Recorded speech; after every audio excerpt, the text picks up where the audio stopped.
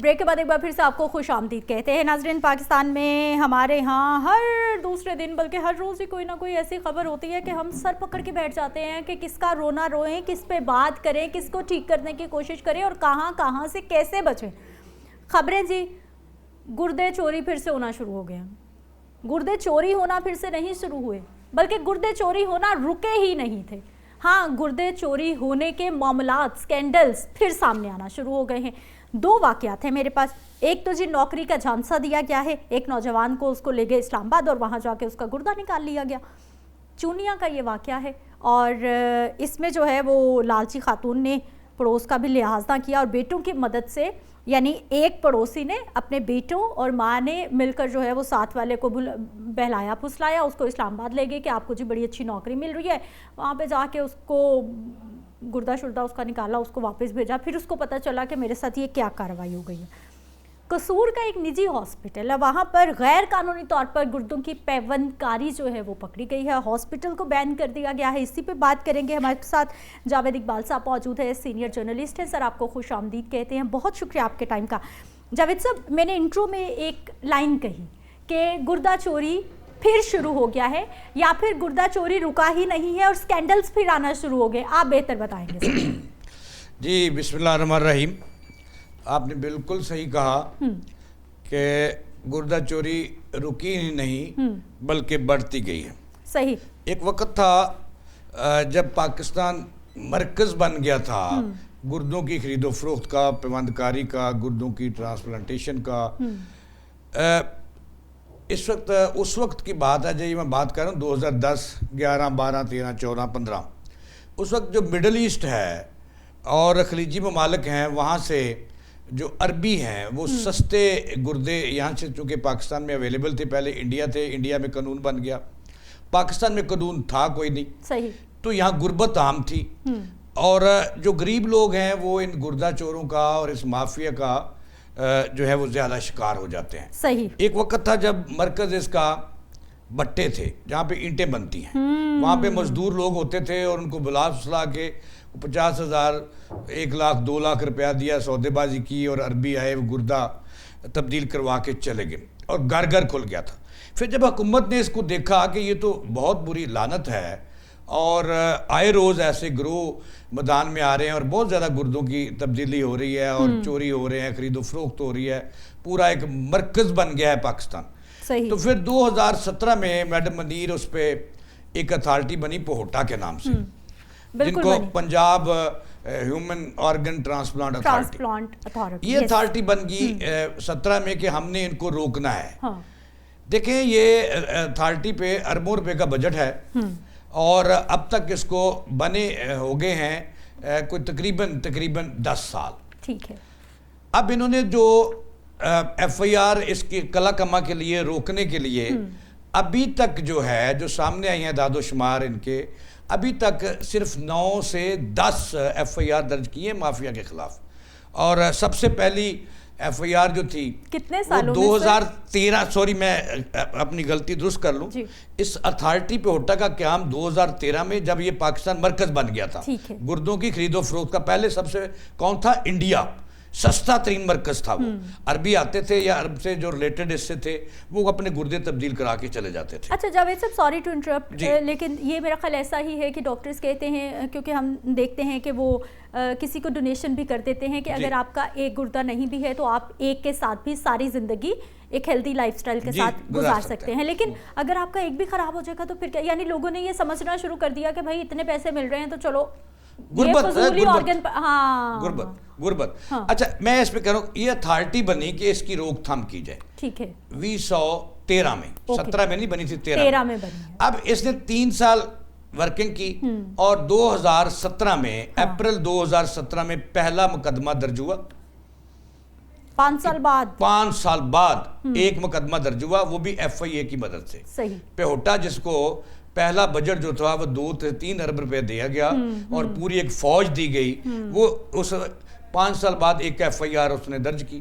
اس کے بعد پھر خاموشی ہو گئی اور پھر دوسری ایف آئی آر اس کے 5 سال بعد 2023 میں ٹیکسلا میں, وہاں پہ 15 افراد کا گروہ پکڑا گیا جنہوں نے گردے نکالے تھے. اچھا یہ مجھے یہ بتائیے کہ یہ کیا پیہوٹا کا ٹیرر تھا کہ بھائی اب تو اتھارٹی بن گئی ہے, اب تو ایسا کچھ نہیں کرنا, اب تو پکڑ کے لے جائیں گے, میں سمجھتا یا پھر یہ آنکھیں بند کر کے بیٹھے ہوئے تھے؟ میں سمجھتا ہوں کہ یہ نااہلی تھی ان کی, کہ ان کو سرچ ہی نہیں ہوا, ان کے پاس ٹیم ہی نہیں تھی.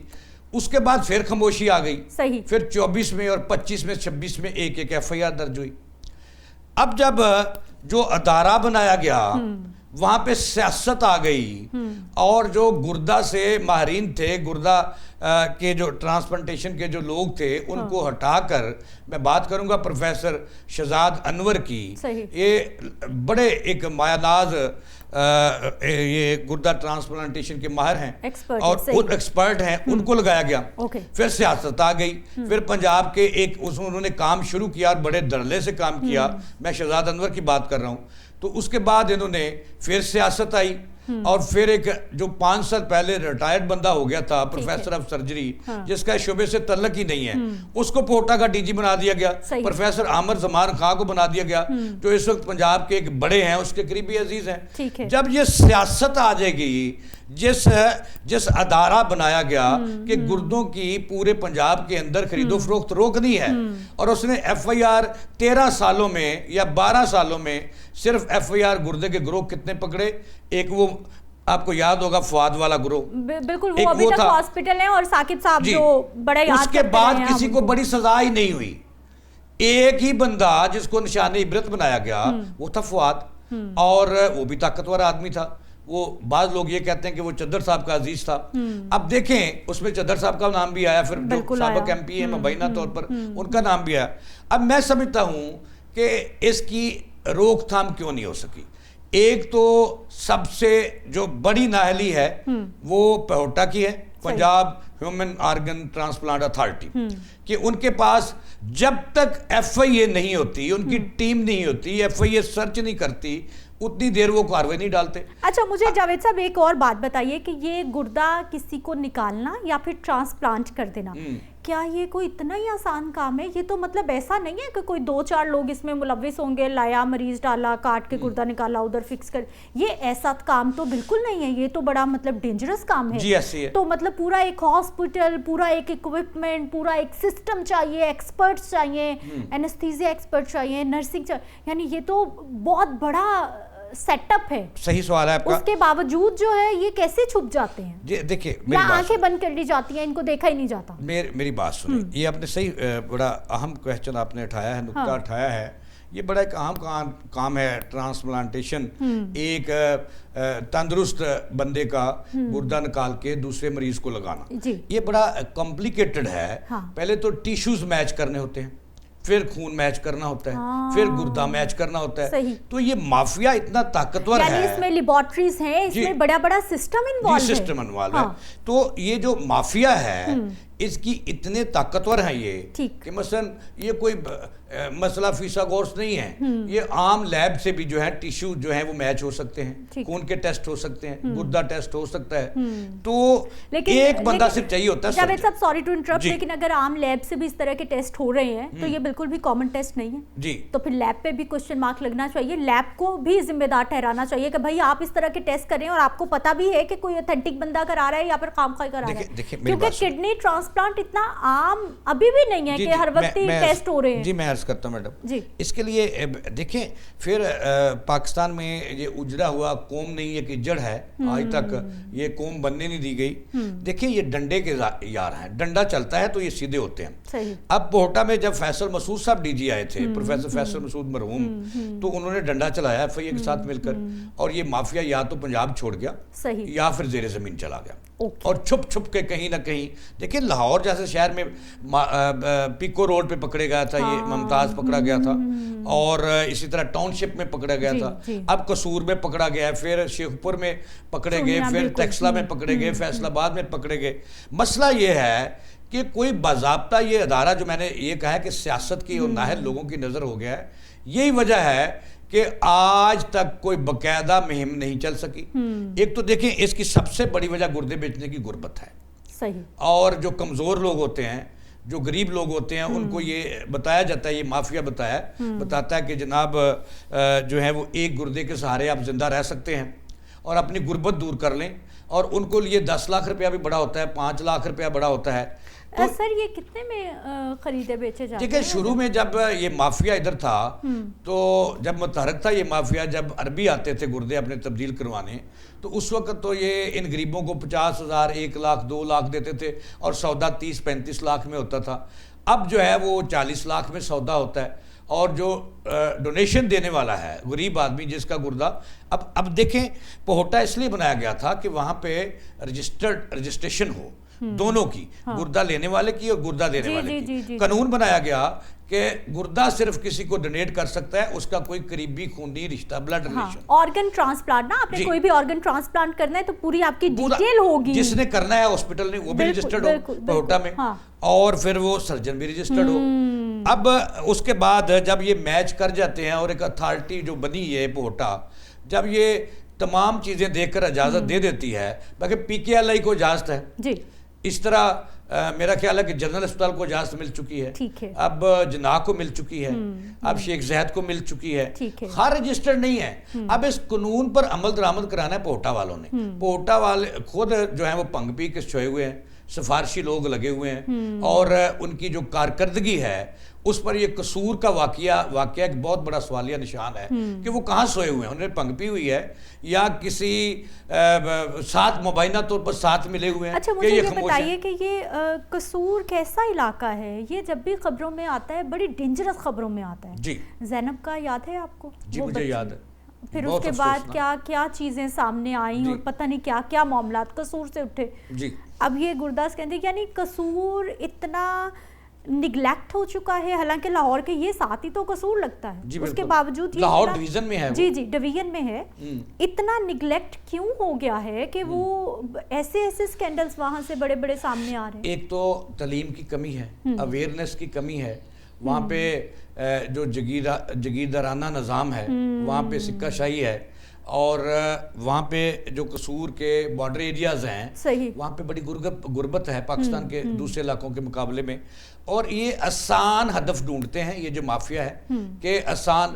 آپ کو پتا کہ چونیاں اور قصور میں سب سے زیادہ ملک کے اندر بٹے ہیں، اور وہاں جو کام کرتے ہیں مزدور وہ انتہائی ان کے پاس علم نہیں ہے، مزدور نہیں، ان کو تو غلام کہیے، ان کو غلام کہیے، وہ بھٹا ان کو گیر لیتے ہیں. اور وہاں ان کو کہتے ہیں کہ ہم آپ کی غربت دور کرتے ہیں، نہ صرف آپ کو نقد پیسے دیں گے اور پھر ہم آپ کا منتھلی بھی دیں گے، اور پھر تھوڑا بہت جو قرضہ دے کے ساری زندگی کے لیے ان کو اپنا غلام بنا. اب میں آپ سے سوال کرتا ہوں یہ کہ جو اتھارٹی حکومت نے بنائی کہ اس نے میکنزم بھی بنانا ہے، قانون بن چکا ہے، اس پر عمل درآمد بھی انہوں نے کروانا ہے.